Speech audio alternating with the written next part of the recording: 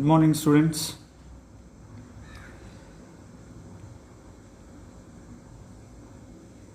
Yesterday I had given 3 homework sums. Problem number 5 answer. So later, either today or maybe in the next class, I am going to discuss that. And those who haven't completed, please go and solve those sums and keep your answer ready. So with the positive attitude, positive mind, and with a big smile, let's start today's session. So I'm going to start today's session with the rest of the numericals. So I'm going to start with the numerical number 10 right now. So please go through the sum and keep your calculator ready.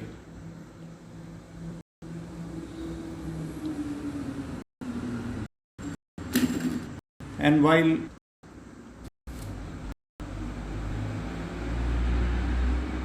studying, don't lie on the bed and watch these classes.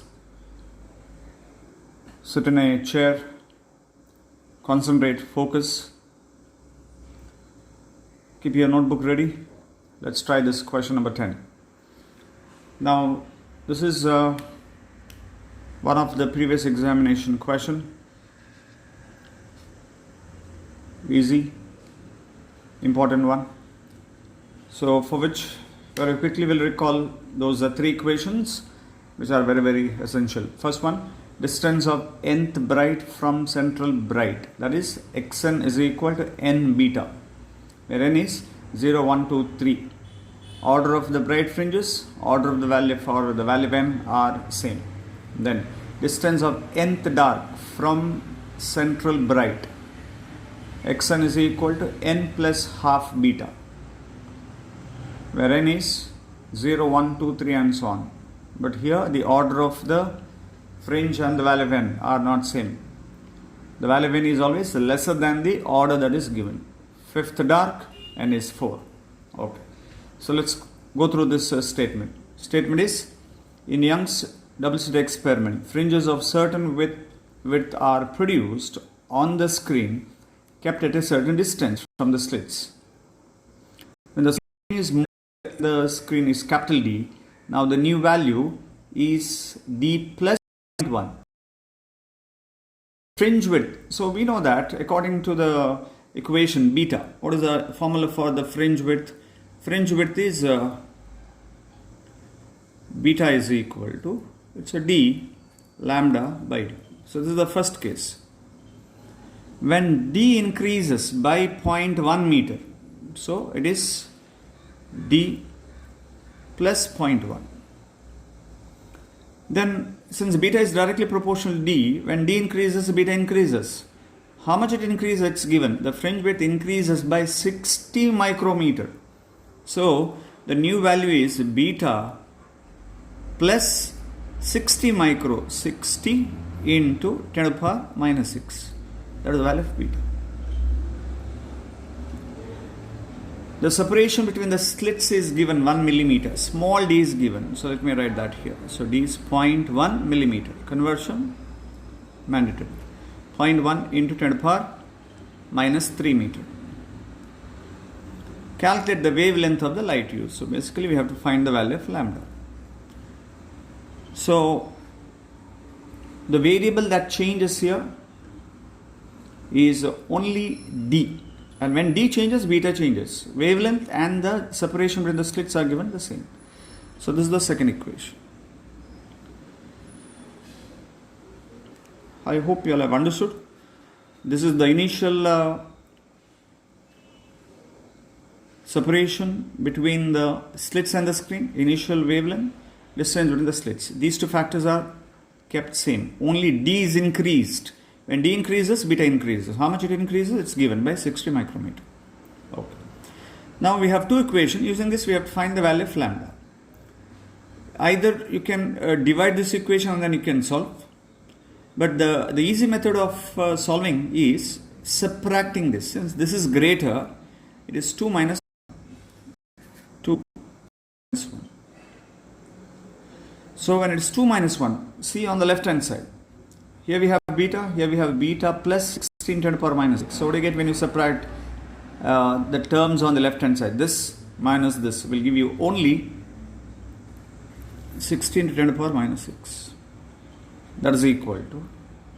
Here there are two terms are there. Open the bracket and write these two terms. First term is d lambda by d.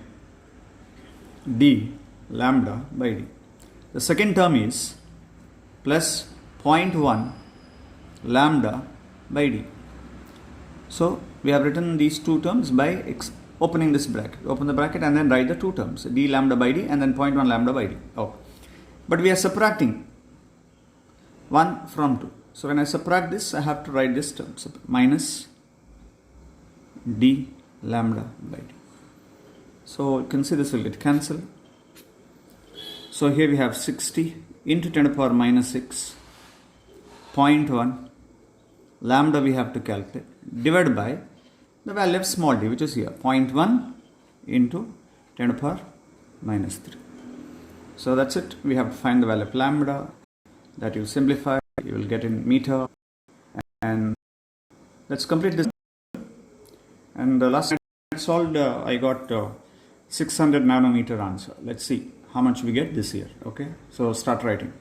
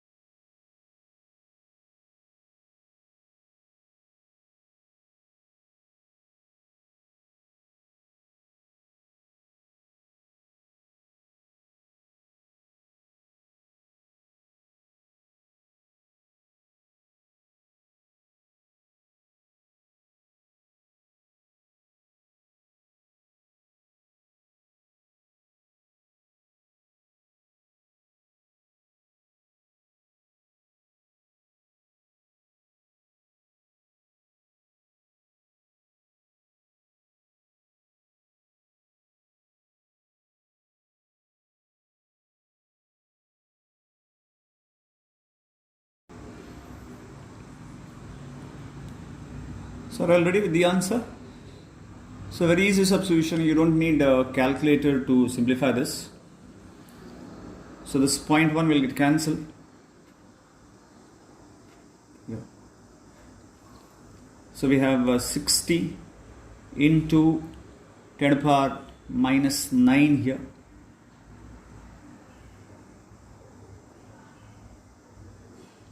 $60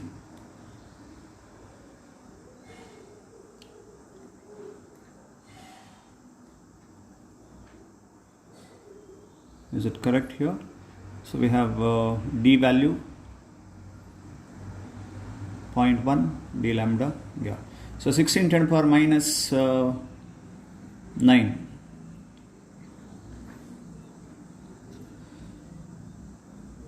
Moved by slits 0.1 meter.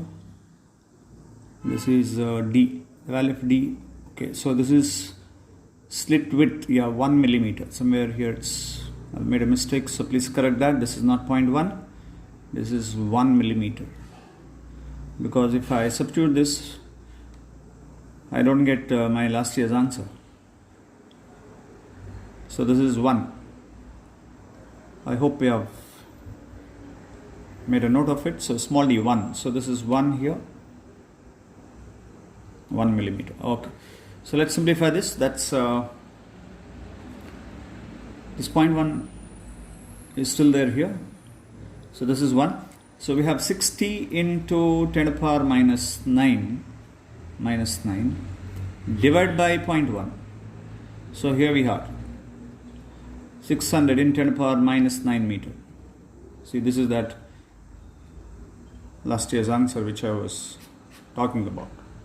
Okay, so very easy sum, 5 marks. Hope you have understood. This is question number 10. Now remaining 3 problems, again I'm going to give a homework. Problem number 11, which is similar to this problem, similar to the 10th problem. Problem number 11, and then problem number 12, then yes, I think that's it, correct? So let me check which are the sums remaining now.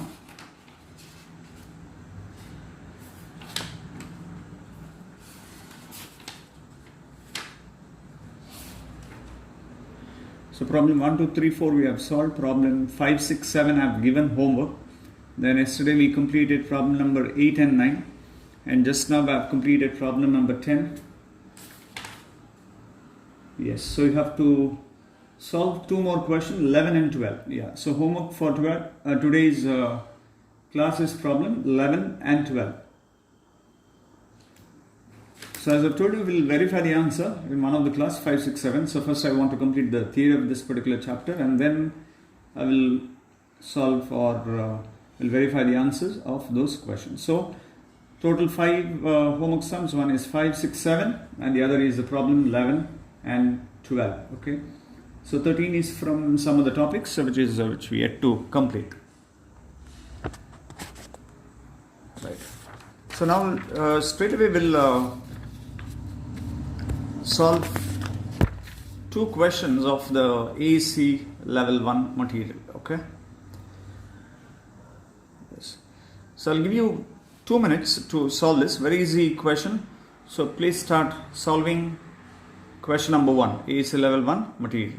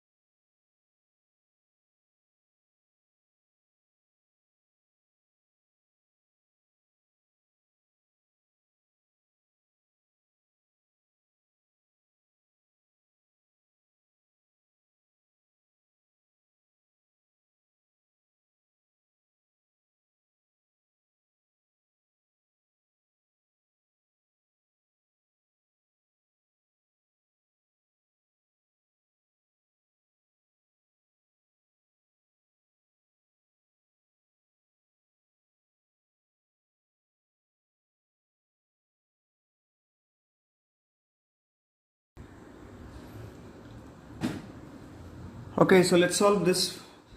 So very easy question. So monochromatic light of wavelength 500 nanometer, which is 5 into the power minus 7 meter, from a narrow slit is incident on a double slit. If the separation between the 10 fringes on the screen, 10 fringes, if the separation of the 10 fringes means it's 10 beta on the screen 1 meter away, so capital D is 1 meter, wavelength lambda, which is 5 into 10 to the power minus 7 meter, so 10 beta is a 2 centimeter, 2 centimeter it is. So what is the value of beta? Beta is 0.2, 2 by 10, 0.2 centimeter, so conversion to the power minus 2 meter. So what is the, find the slit separation, D we have to find. So rearrange for D, so D is equal to D lambda by beta, then do the substitution. So D is 1 meter here, lambda is 5 into 10 to the power minus 7 by beta is 0.2 into 10 to the power minus 2. 5 by 0.2 is 50 by 2, which is 25, into 10 to the power, this is minus 5, which is same as 2.5 into 10 to the power minus 4 meter. So now let's verify the answer. First one, 2.5 millimeter, this is 2.5 into 10 to the power minus 4, this is not the answer. Then 0.25 millimeter is same as 2.5 into 10 to the power minus 4 meters. So the choice is option B is the answer. Okay. So try this one more question. Question number 2 of the AC level. Start solving.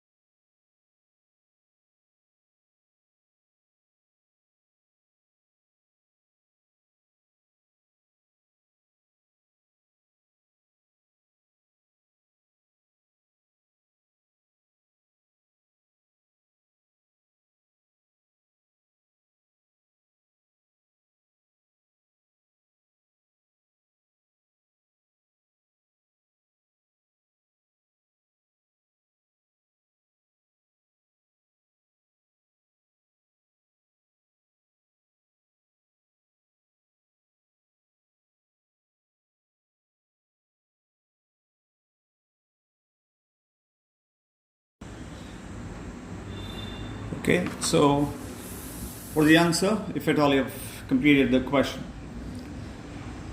Either it's A, B, C or D. So let's solve this. See the statement in Young's double slit experiment using a source of light of wavelength. This is the initial wavelength lambda 1, 5000 angstrom. Remember the answers are in nanometer, which can be easily converted. The fringe width obtained is 0.6 millimeter. So the initial fringe width beta 1 is a 0.6 millimeter. If the distance between the screen and the slit is reduced to half, so that's final. What is the symbol used for the separation between the slits and the screen? It is capital D. So D2 is D1 by 2. So what should be the wavelength of the source? So we have to find the value of lambda 2. To get fringes 0.45 millimeter wide. So therefore the value of beta 2 is 0.45 millimeter wide. So write the relation. And what about small d in this case? Small d. So since nothing is mentioned about the small d, so we have to assume same in both the cases. So fringe width beta is equal to d lambda by d. So rearrange for beta 1 by beta 2 is equal to d1 lambda 1 by d2 lambda 2. And we wanted the value of the second wavelength lambda 2. So rearrange. So lambda 2 is equal to d1 lambda 1 by d2, okay, into beta 2 by beta 1. d1 lambda 1 by d2, that is lambda 2, and then beta 2 by beta 1. So substitution. So what is the value of d2? d2 is a d1 by 2. So we'll get d1 by 2, 2 in the numerator. Then lambda 1. What is the value of lambda 1? It is 5000. It's an angstrom. So I will write in nanometer because final answer is in nanometer. So 500 nanometer into the value of beta 2, second fringe width. Second is 0.45 by initial 0.6. So this ratio we can write like this. Now this 500 into 2 is 1000 into, this is 45 by 60. It's a multiple of 15. So 15 here 3. 15 3 by 15 4. So this is 250 into 3. 750 nanometer is the answer.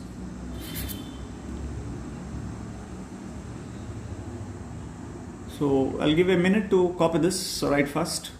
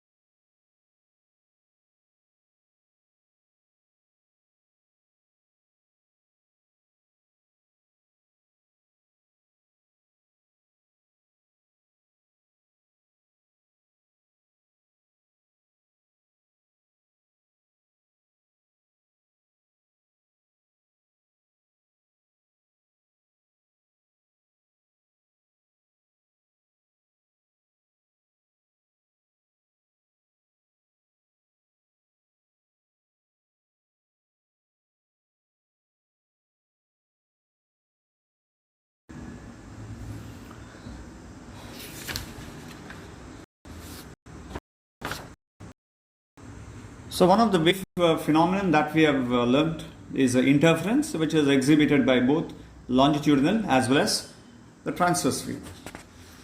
So we have one more wave phenomenon, which is diffraction of light. Now, to understand the diffraction of light, now let me start with an illustration here.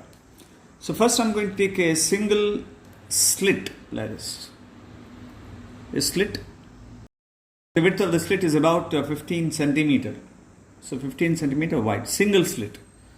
Then I'm going to consider a monochromatic source, which is S. Monochromatic source. And at a certain distance there will be a screen. And if it is monochromatic source emitting red light, or let's take the green light, then it emits a light, it falls on the screen and then it illuminates the screen like this. So this is the light, let me take green light here. So this is the portion which is get illuminated. The screen. So here we get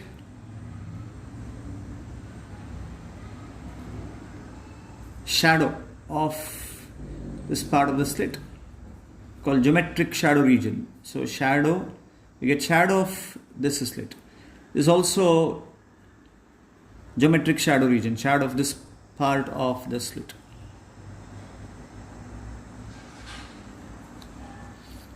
Monochromatic source emitting green light, it falls on the slit and then it passes, it's wide enough so it passes through the slit and then it illuminates the screen and we get the shadow region. Now if I reduce the width of the slit, so I'm going to reduce the width here. So let me use this symbol here. Small d is the symbol used. And now small d in this case is not the distance between the two slits, because we don't have two slits here. Small d is the width of the slit. In Young's double slit experiment, small d is the distance between the two slits. Now d is the width of the slit. And I'm going to take the width of the slit to be very small. Now when I say very small, the value of d is comparable with wavelength of the light, order of the wavelength of the light. And yesterday I have mentioned what is the order of the wavelength of the light. Do you remember the value of it? It's approximately 10 to the power minus 6 meter. So what is the value of this width? It's in micrometer, which I cannot draw here. So this is the magnified image of that slit whose order is 10 to the power minus 6. And we have the same screen here. And now when the light is allowed to pass through it, same source.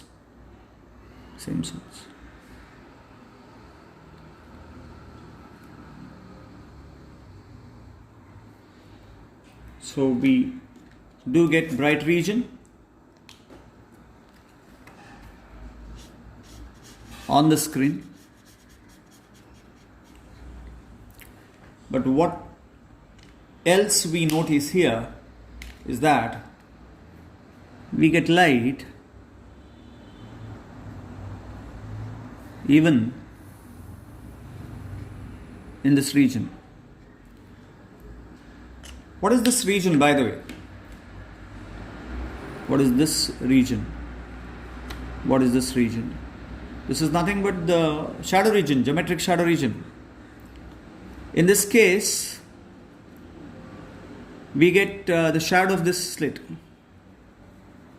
We don't get light much here in this. But here, in the geometric shadow region, where we expect this region to be completely dark, we find a light here even in the geometric shadow region, provided the slit width is of the order of wavelength of the light. That means the light after falling on the slit is found to bend at these edges and then it reaches here.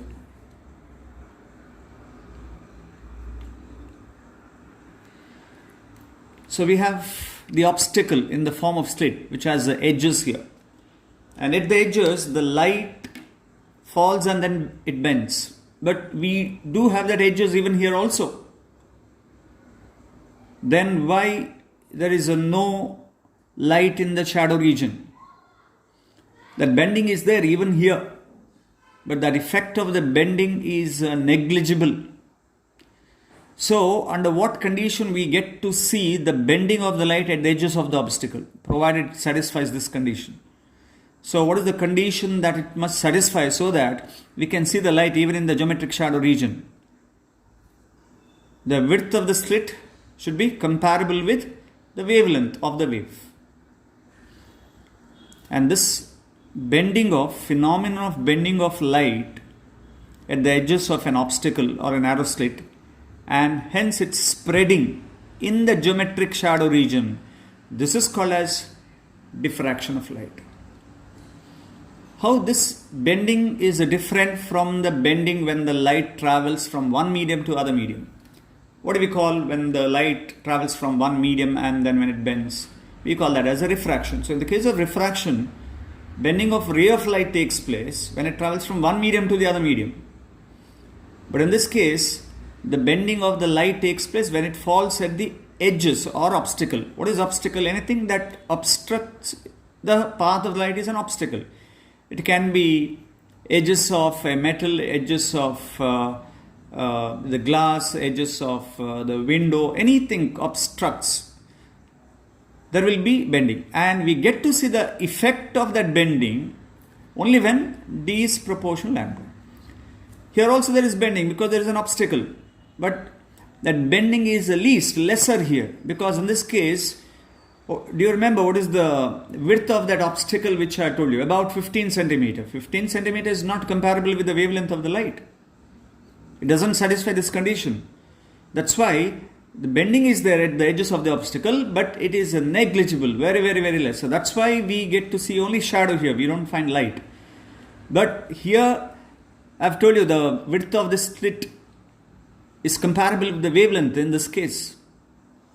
And that's why we get to see that particular effect. So what is the result of this? So we get the bright region, the dark, bright. That means we get alternative bright and dark region on the screen, similar to that of the interference. Even in interference, we get bright and the dark region. So later we'll see what is the exact difference in terms of the pattern. But we do get alternative bright and the dark regions here. So there's a bright and then there is a dark, which I have to draw black like this. So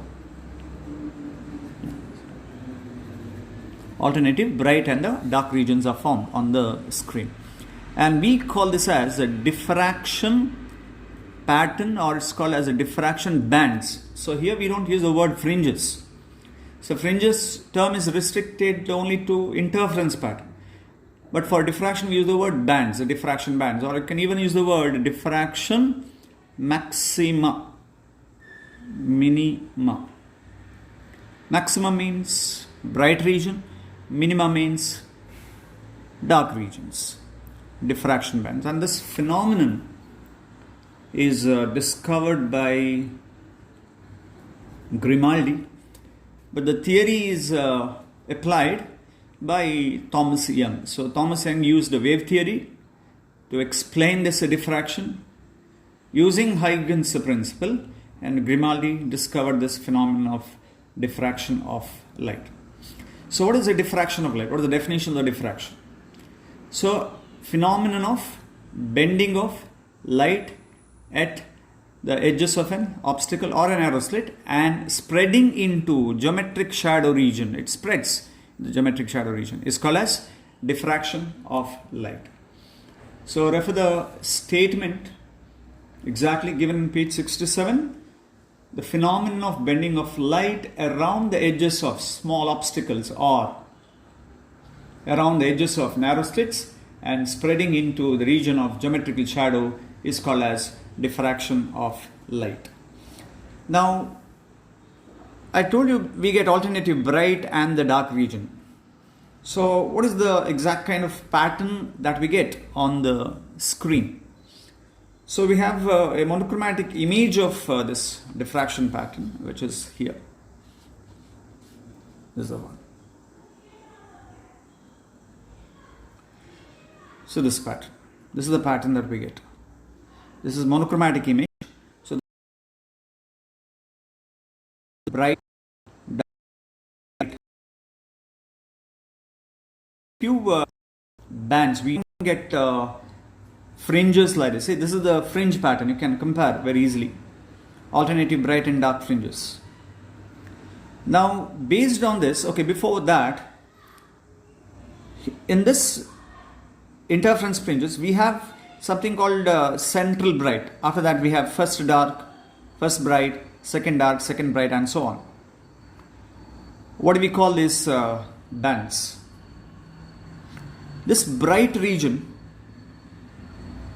where almost 95% or more than 95% of the light reaches, incident light reaches this region. Now this is called as central maximum, or is also called as principal maximum. This is called central maximum or principal maximum. Next we have dark band. Now this is called first minimum. This is called first minimum. Now this is called first secondary maximum. Now why do we use that word secondary?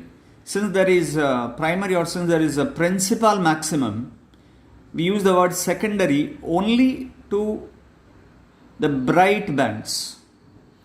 We don't have a dark region here. That's why for this we use only the word minimum, first minimum. This is first secondary maximum. Second minimum. This is second secondary maximum. Third minimum. See, after that it's very hard to find where is a dark, where is a bright region. So first this is central maximum or principal maximum. First minimum, first secondary maximum, second minimum, second secondary maximum, and so on. So we have a similar pattern even here also. What is the difference? When do we get this pattern? When do we get this pattern? If the shape of the obstacle is rectangular, shape of the obstacle is rectangular, then we get this pattern. If the shape of that obstacle is circular, then we get this pattern. Now let's identify the similar bands here. This is central maximum. Next, this dark, first minimum, first secondary maximum,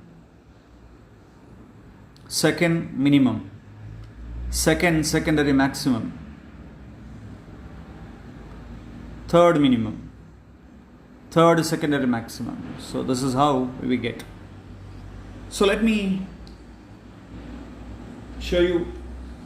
If we make use of red color, we get this kind of pattern. Look at this is the of the direction pattern when the obstacle is circular. So similar monochromatic image is given here, similar to the one which is here. The same order, and the number of bands that we get is minimum. With n is equal to 3 or n is equal to 4, we end up with the patterns there. Okay, we don't get n is equal to 10 So very less number of bands we get it. So this is the pattern that we get. Now I can draw the intensity variation graph for this pattern. What is the intensity variation graph here for this? Here the intensity variation graph for the interference fringes, if this is like this, maximum, this is how we get it.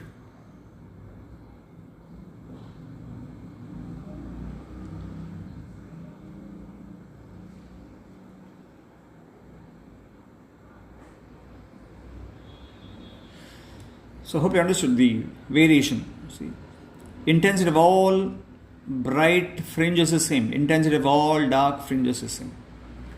But in this case,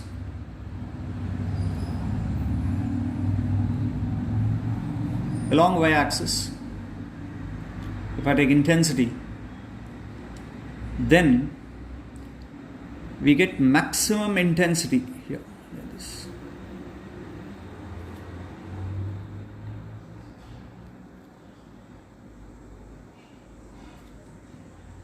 Then minimum intensity, and here almost 95% I have told you it's maximum, and then the rest remaining 5% is distributed among the secondary maxima and the minimum.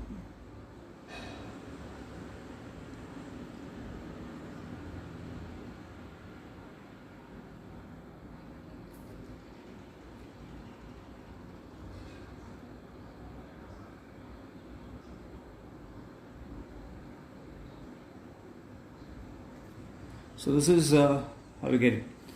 Now, one point which you get to notice here is, I have not drawn this part of the graph touching the x-axis here.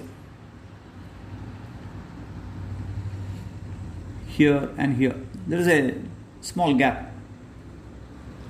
The reason for that is, in this case, the graph here when we draw it touches the x-axis, this axis here, because the kind of the dark fringes that we get is a perfect dark fringe, but here we don't get perfect dark fringe.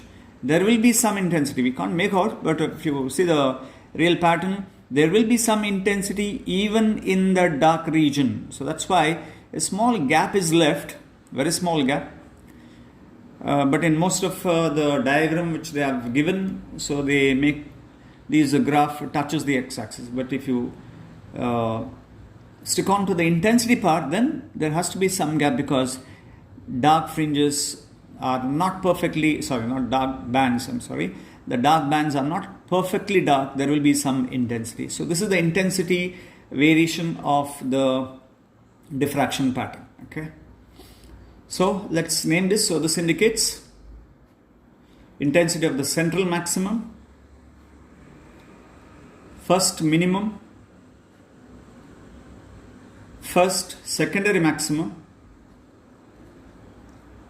second minimum, second secondary maximum, and so on. Now, based on this pattern, for right now we can write 4 differences between interference and the diffraction. 4 differences. The first difference is the definition. The second difference is the width. The third one, intensity. Fourth one, the contrast between the bright and the dark. These are the 4 points by which we can distinguish the diffraction pattern from the interference pattern. There is one more, 5th point is there, so which I'll explain later after the completion of some more theory. First, what is the definition of interference? Interference. Modification in the distribution of light energy due to the superposition of 2 or more light waves is called interference of light. What is the definition of diffraction of light? Phenomenon of bending of light around the edges of an obstacle or around the edges of a narrow slit, and hence spreading into geometric shadow region is called as diffraction of light. So that's the definition part. Width. Interference fringes are of equal width. Diffraction bands are of unequal width. Intensity. Intensity of all bright fringes is same, whereas intensity of diffraction maxima decreases with increase in order. Let me tell you that statement again. Intensity of interference fringes is same, whereas intensity of diffraction maxima decreases with increase in order. You can see here it is the brightest, and then intensity has reduced. It reduces, again it further reduces. So that's the intensity. About the contrast between bright and the dark. So here the contrast between the bright and the dark fringes is good, whereas here the contrast between the bright and the dark bands is less, or it is poor. So for example here, to some extent we can distinguish, but later you can see we cannot distinguish which is the bright and which is the dark. So that's the contrast part of it. Fifth point, you just wait till I complete some more theory of it. Now coming back to one more point. I told you we get to see this diffraction effect very easily on the screen under this condition. So this should be the condition. Width of the obstacle should be comparable with the wavelength of the wave. So to get to see the diffraction effect of the light, the obstacle should have a width of this order. Let me change some other wave. Let me take a wavelength of sound wave. What is the order of wavelength of the audible sound? It ranges from about 0.5 meter to 1 meter. Now that is the order of the wavelength of the sound, about 1 meter. Now if D should be comparable with the wavelength, just look at this here. Wavelength of the light is very much less compared to the wavelength of the sound, or in simple, wavelength of the sound is greater than that of the wavelength of the light. Wavelength of the sound is much greater than the wavelength of the light. And now for the diffraction effect of the sound to take place, the obstacle, the width of the obstacle should be of the order of 1 meter. And all the objects around us are of this order, of the order of 1 meter. And we have hardly objects around us whose width is 10 to the power minus 6. So therefore, now the question is, which of the wave undergoes diffraction more easily? Is it the sound or the light wave? The answer is the sound.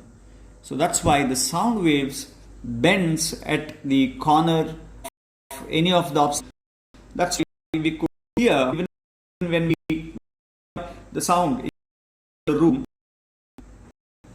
and we stand, created the other room very easily, because the sound get diffracted more easily at the various objects in and around us. So hope you understood this explanation here.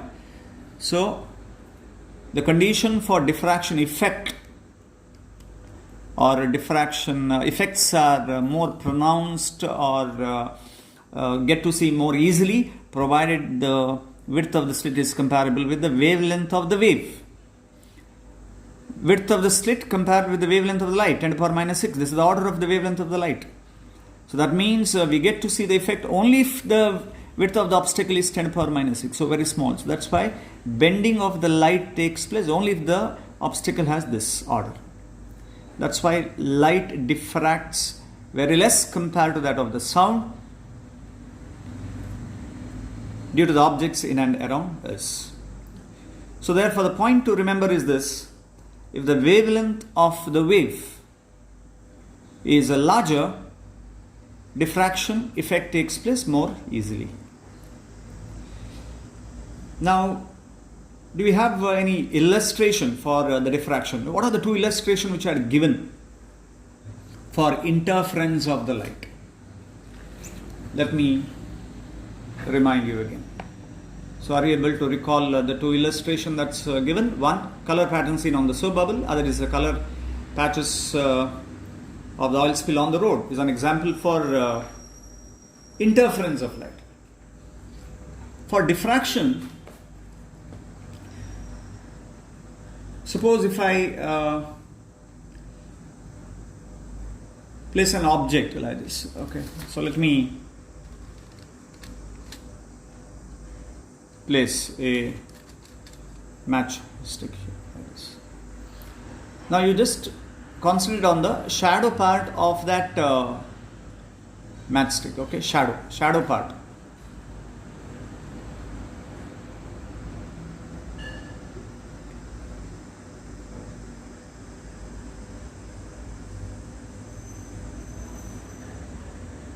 Oh, shadow. See, at the edge of the shadow, it's not sharp. You get to see a very blurred line. Can you see that? Let me bring still closer to the camera. It's not getting focused. Okay, right. So as you see the shadow, it has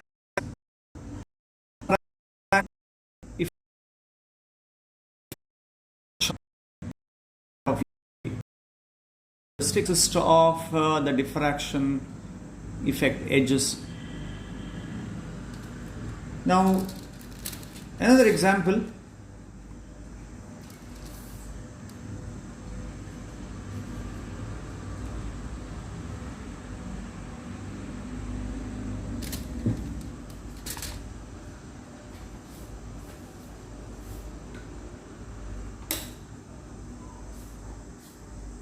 So do you get to see the color pattern?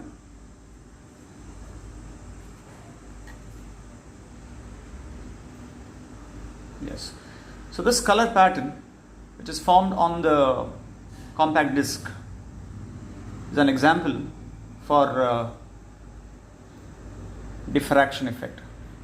Now we get color pattern here because the light falling on this compact disc is polychromatic light. By the way, where is the obstacle in the compact disc which acts as the obstacle?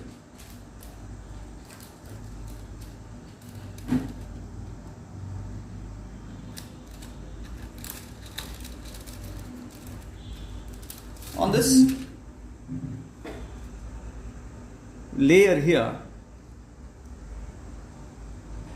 we have very fine tracks of the width of the order of the wavelength of the light. That is the reason why we are unable to see those track, or they act like, every track acts like the obstacle or the slit, and that is the reason why it shows that color pattern whenever the diffraction takes place. So therefore the obstacle is every track or the layer whose width is of 10 to the power minus 6. Right, so hope you have understood this, the theory part of it, and do remember this point. D should be of the order of the wavelength. So greater the wavelength, more easier the waves undergo diffraction, and that is the reason why which wave undergoes diffraction more easily. The sound undergoes diffraction more easily compared to the light. Okay, right. So let me ask you a few questions, and this is the pattern. And here, this is the monochromatic image. Remember, this consists of any one color. Okay, if I use ruby laser, then this portion will be red in color, red, and we get to see red color even in this dark region also. I've told you this is not perfectly dark. There will be some intensity, and there is a reason for it. So that we'll see later when I explain the theory, more theory of the diffraction. Okay, right. So very quickly, time to recall what I have taught just now. Very quick test. So answer all this question. Question 1. Who discovered diffraction of light? It's a Grimaldi. Which type of wave exhibit diffraction? Longitudinal or transverse? What is the answer? It is both. Longitudinal as well as the transverse. So that is the reason why we cannot distinguish longitudinal or transverse wave based on interference and diffraction, because both the waves exhibit these two phenomena, interference and the diffraction. So that's why these two phenomena cannot be taken as the differences between the longitudinal and the transverse wave, because both exhibit this phenomenon. Next, which wave diffracts more easily, light or sound? Now, recall members of electromagnetic wave family, starting from gamma rays, and then we have X-rays, UV, visible, IR, infrared, microwaves, and then finally the radio waves. Now, which of the electromagnetic wave has the least wavelength? Gamma has the least. Radio has the highest wavelength. And I'd mentioned a condition. Diffraction effects are more when wavelength is more. So that's why the answer is the radio. Waves undergo diffraction more easily. So hope you have understood all this question, and all this again can be asked as 1 mark question from the board exam point of view. Okay, just coming back to this diagram again.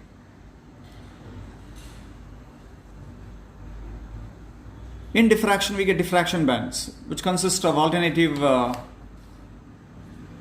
bright and dark region. And we have learned in interference, bright region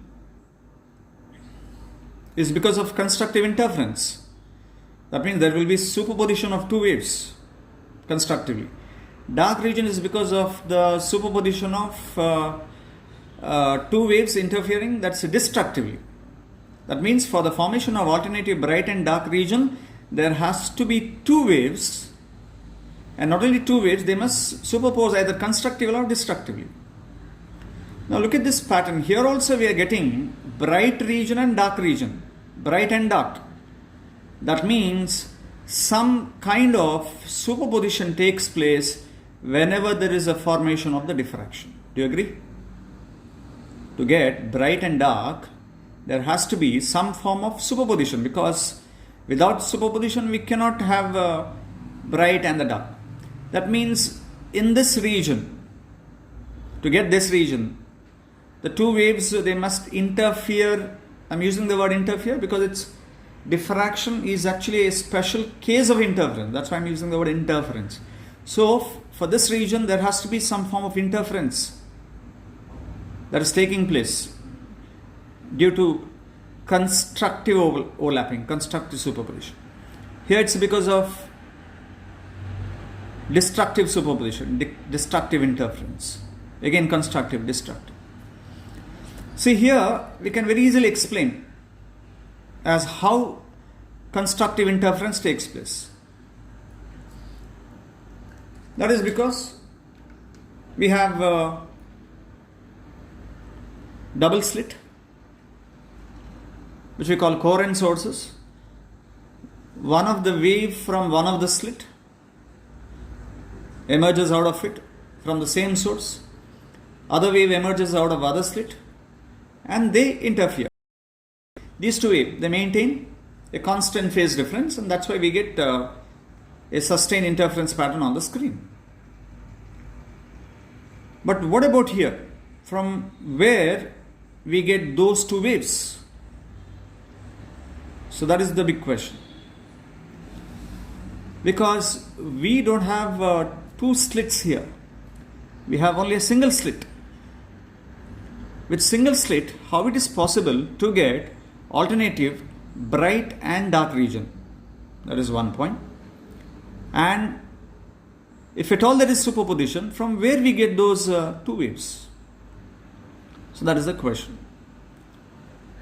And explanation to this is given by Thomas Young. He used the wave theory to explain, and he made use of Huygens principle. So I've told you before in my introduction that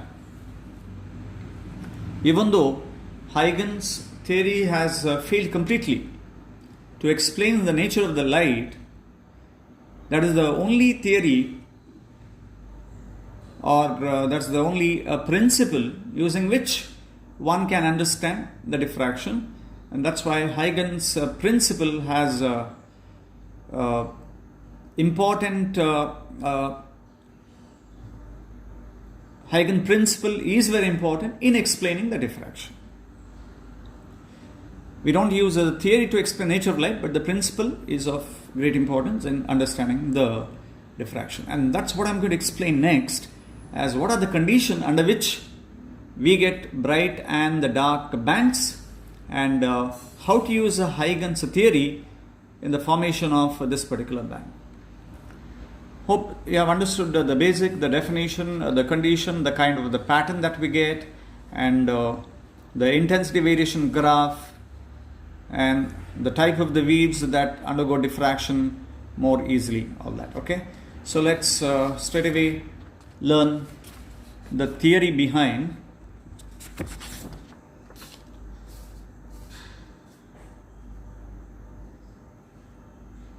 the diffraction.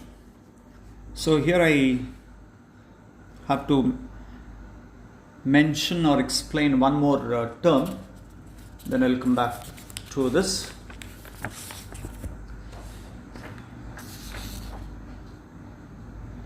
Right.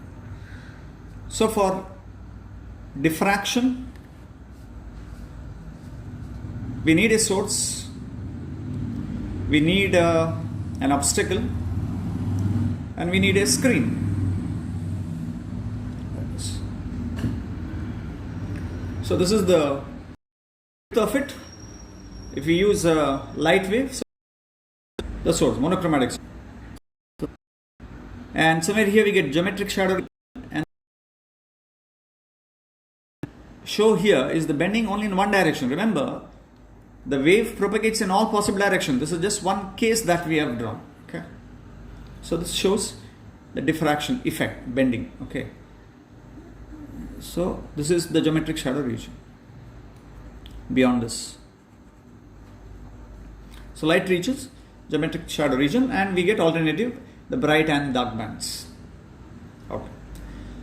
So we need a source, we need an obstacle, and we need a screen. Now when the source and the screen, if they are at finite distance from the obstacle, then this type of diffraction is called as Fresnel diffraction. S is silent here. Fresnel diffraction. Now, what is the other type then, if this is the Fresnel diffraction? We have another type which is called as Fraunhofer diffraction. So diffraction is basically of two types: Fresnel, Fraunhofer. Again, we take an obstacle. So this is finite distance, also finite distance. In the case of Fraunhofer diffraction, the source is at infinite distance. If the source is infinite distance, what kind of beam falls on the obstacle? It is the parallel beam. And even after diffraction, the rays are parallel. So again, when we say parallel beam, even after diffraction, parallel beam, obviously the screen has to be at infinite distance. This is infinite.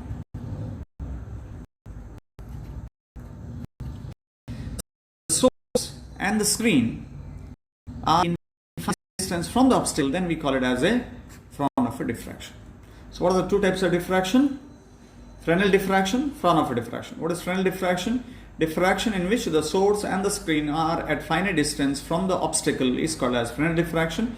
Fraunhofer diffraction is one in which the source and the screen are at infinite distance from the obstacle. But what is the meaning of source at infinite distance? And how to achieve a parallel beam inside a laboratory? We don't literally place the source at a very large distance. How to achieve a parallel beam? Make use of a convex lens. Place the source at the principal focus of the lens. We get a diverging beam, and this diverging beam gives a parallel beam. Allow this beam to fall on the obstacle. There will be diffraction in all possible directions.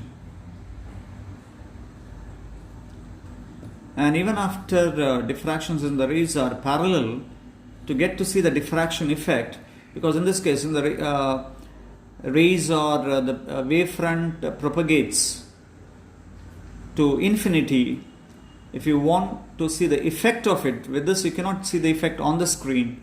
So similar to this, make use of another convex lens in such a way that place the screen at the principal focus of the second lens. First lens, second lens. And now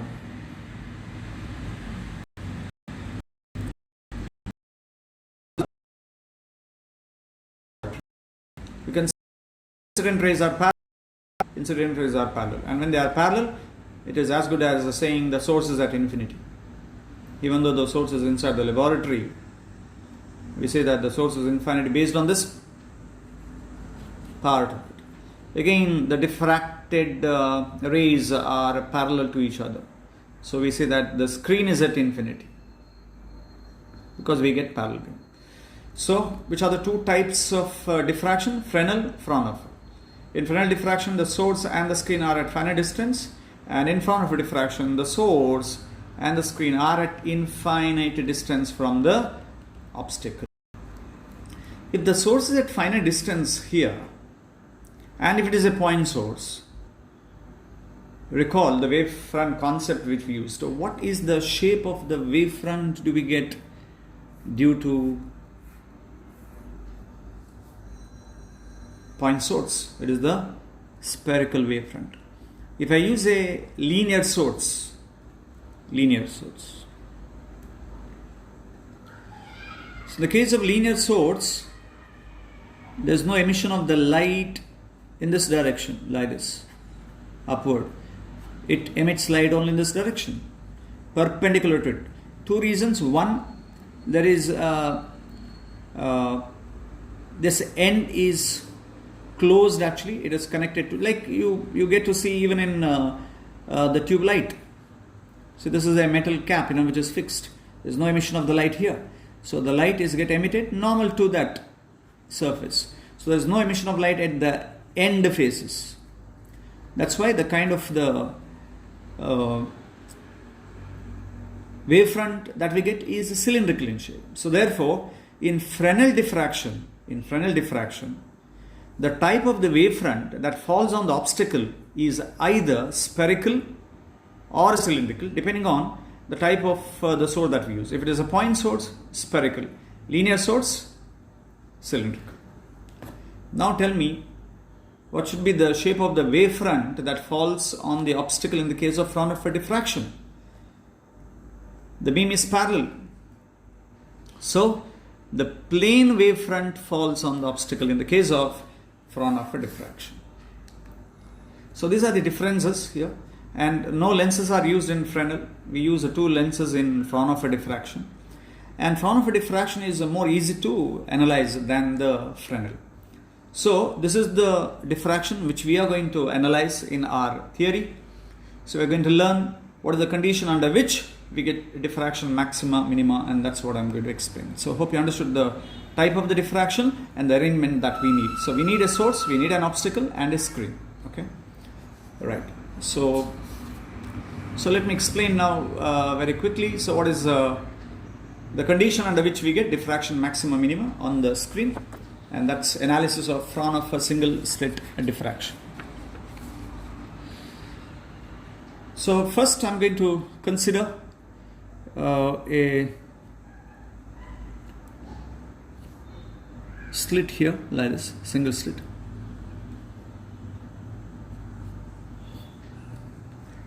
And then we have screen here where we get this particular pattern.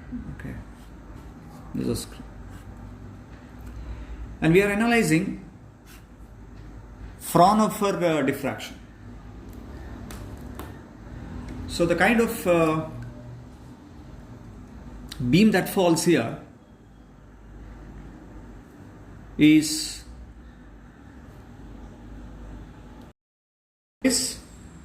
perpendicular. So if this is the wavefront, the plane wavefront reaches the obstacle. So that's what I'm going to do. So this is the wavefront, and this is the end A of the wavefront. This is end B of the wavefront. Now recall the Huygens principle. According to Huygens principle, every point on the wavefront, it acts like secondary sources, and they emit secondary waves in all possible directions. And that's what I'm going to draw here. So this is the secondary waves due to the secondary sources, and they propagate in all directions.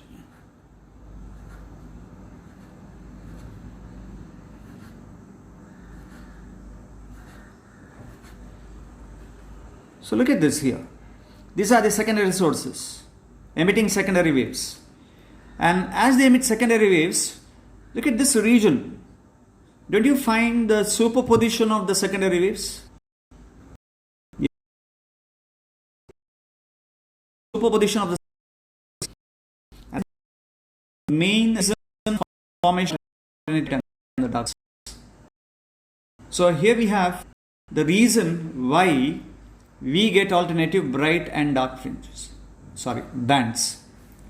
So the formation or cause for the diffraction is because of superposition of secondary waves, or group of secondary waves we also call the wavelets. Superposition of secondary wavelets originating from same wavefront. Superposition of secondary wavelets originating from same wavefront. Now this is the cause, and this is that fifth difference which I was talking earlier. So which are the other four differences? One is the definition.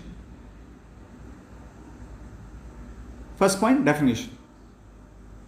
Interference is the modification in the distribution of light energy due to the superposition of two or more waves.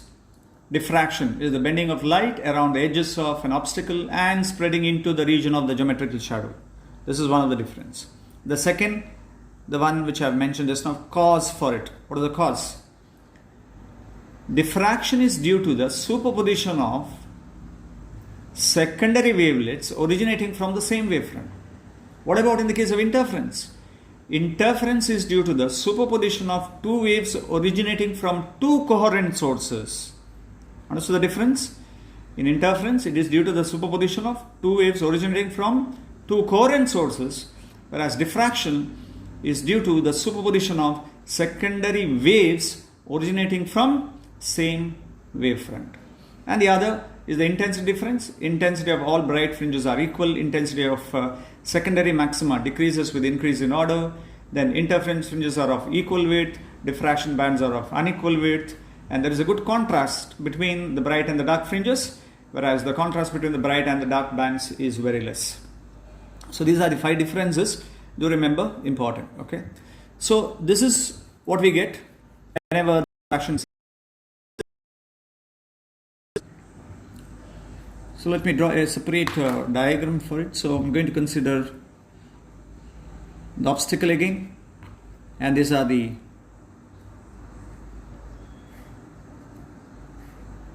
parallel beam, and here we have the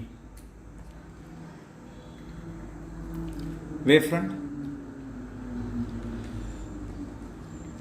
and then this is the screen.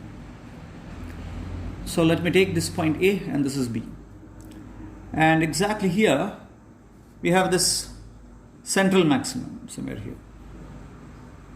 This is central maximum, and we need a lens here again. And suppose if the secondary wave propagates like this, imagine, okay. Remember, secondary waves, they propagate in all possible directions. This is one such possibility I am considering. Suppose if it moves like this. So after the refraction, we get like this. Okay, let's talk in terms of the wave. Now, a secondary wave from A reaches this point, which I write O, and secondary wave from B reaches this point O again, and they cover equal distance. So what is the path difference? Path difference is 0. We call path difference condition, which we have used in interference, because here secondary waves interfere constructively. Delta is equal to n lambda. Delta is equal to n lambda. When n is 0, delta is equal to n lambda. When n is 0, we get path difference 0. That means secondary waves, when they interfere constructively, we get central maximum. So therefore, what is the path difference for the central maximum? Path difference for the central maximum is 0. So for this region, the path difference is 0. Now let me consider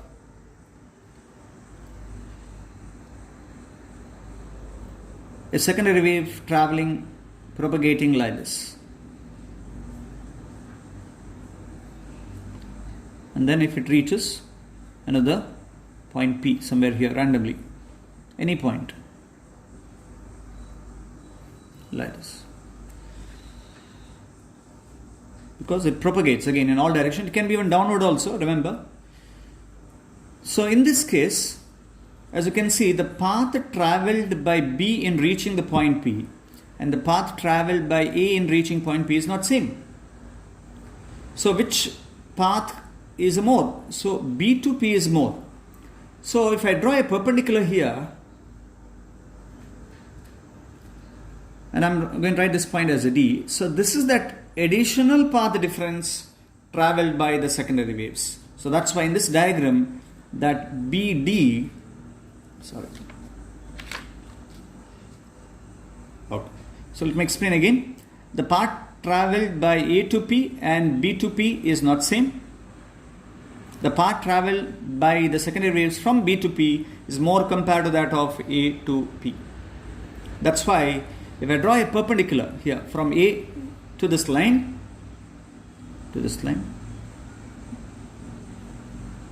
I'm going to get that extra path that is travelled. So therefore BD here is the path difference, which I'll write as delta.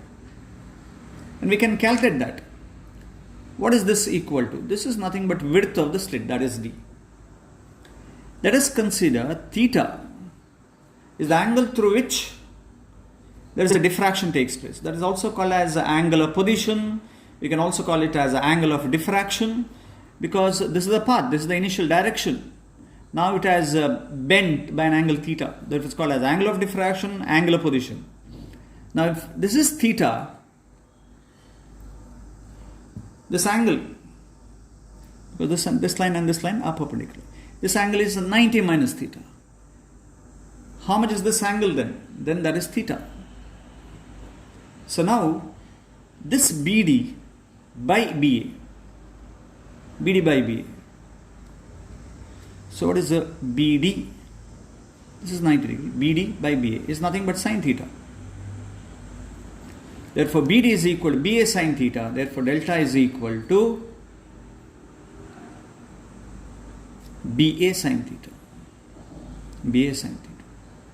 What is BA in the diagram? It's nothing but D. So therefore delta is equal to D sine theta.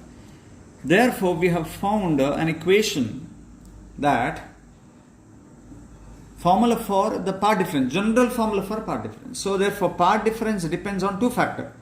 One is width of the slit, but for a given arrangement D is constant. Now it depends on theta. Now look at the central maximum. For central maximum, the secondary waves, they propagate like this straight away. So that what is the value of theta? Theta is 0. So when theta is 0, delta is 0, which I have already explained it. Therefore, this is a general formula to find the path difference in the case of Fraunhofer single slit diffraction experiment. Okay, delta is equal to d.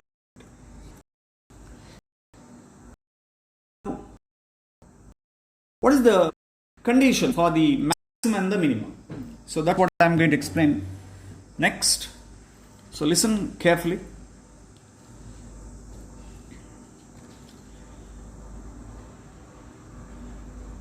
So let's write the equation for bright. Let me write that here. For constructive interference, if it is bright, then delta is equal to n lambda. What are the possibilities? Possibilities are delta is 0, lambda, 2 lambda, 3 lambda, 4 lambda and so on. If it is for dark. So remember what I am writing is for interference. Because we will be using this here. The reason? Because interference of secondary waves gives a diffraction pattern. So that's why we are using this condition. So for the dark. Now this is for interference bright fringes. Interference dark fringes. What is delta? So delta is a 2n plus 1 lambda by 2. This is even multiple of lambda by 2. 2n lambda by 2, which is same as n lambda. So what are the possible value of delta here? The possible value of delta is, when n is 0, we have lambda by 2, 3 lambda by 2, 5 lambda by 2 and so on. Okay. Right. So let me take the slit here. This is the slit. So be attentive, listen carefully. This is the slit. See, we have already completed this delta 0, this portion. This path is over. Delta 0 means that is for central bright. So this is the condition for delta 0. So now I am going to consider delta is equal to lambda. Let the part difference delta be equal to lambda. I am assuming that let the part difference be lambda. So in general it should be delta is equal to n lambda. Remember. So this is the incident parallel beam, and we have a plane wavefront reaching the obstacle, and we have different region of it. I write this as A, this is B, and this is C. Now let's consider for the formation of the next means first minimum, okay, for the formation of the first minimum. So let me take, this is how the diffraction takes place. Then I'll use a lens and then I'll get the first minimum. So let this be the angle of diffraction. And this is that path difference.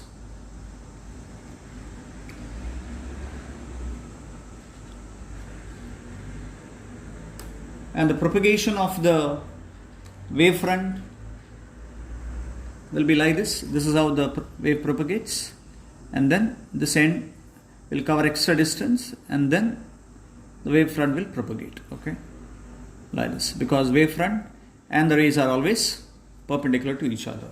Okay, now look at this. So here I'm going to consider a point D. This is D. So BD is the path difference now. And what is the path difference that I have assumed? Lambda. So let this value be lambda here. Okay. So the secondary waves between A and B.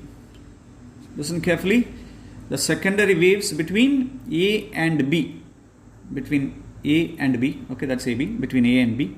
Now their path difference is a lambda. Now if the secondary waves originating from A and originating from B, if they interfere, then they interfere constructively. Okay, they interfere constructively. Why? Because the path difference is lambda. They interfere constructively, and what is the result of it? As they interfere constructively, they'll give a bright region. Okay, just remember this. Okay, but at a particular point on the screen, the resultant intensity depends on, listen carefully, the resultant intensity, it depends on superposition of all secondary waves, not just between A and B. See, we have secondary waves between A and C also. We have secondary wave between B and C also. So all that I have to consider. Okay, right. Now, if the path difference between B and D is a lambda, then what is the path difference between this A and C? Because C is the midpoint of it. Isn't it lambda by 2? Here it is lambda. Between A and B it is lambda. Between A and C it is lambda by 2. Similarly, between B and C also lambda by 2. Now imagine if the secondary waves from A and C, if they interfere, what is the path difference? The path difference is lambda by 2. So how do they interfere? They interfere destructively. So what do we get on the screen at that point? We get dark region. Remember, due to A and B, it is the bright. Due to A and C, it is dark. What about due to B and C? Again, path difference is lambda by 2. That is, they give a dark region. Now, you consider a point just below a point below A, and a point below C. Again, their path difference is lambda by 2. They interfere destructively. Correct? You take another point below that. Again, take another point below that. Again, the path difference is lambda by 2. That means we find that in this entire plane wavefront, only one pair of secondary waves, which is originating from A and B, interfere constructively, and rest of all the secondary waves having path difference lambda by 2 question pair, some amount of intensity will remain on the screen, and that is the reason why we get this first minimum.